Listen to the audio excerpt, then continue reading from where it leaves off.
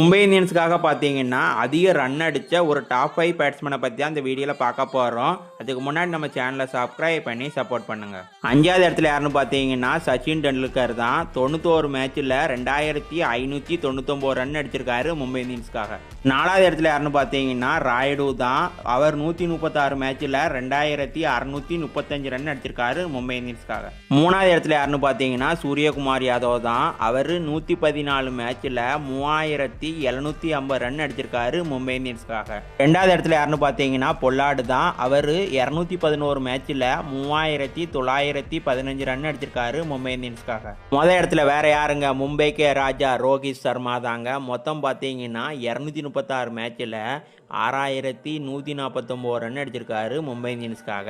உங்களுக்கு ரோஹித் சர்மா பிடிக்கும்னா நம்ம சேனலை சப்ஸ்கிரைப் பண்ணிட்டு அப்படியே ப்ளூ கலர் ஹாட்டினா கமெண்ட் பண்ணுங்க.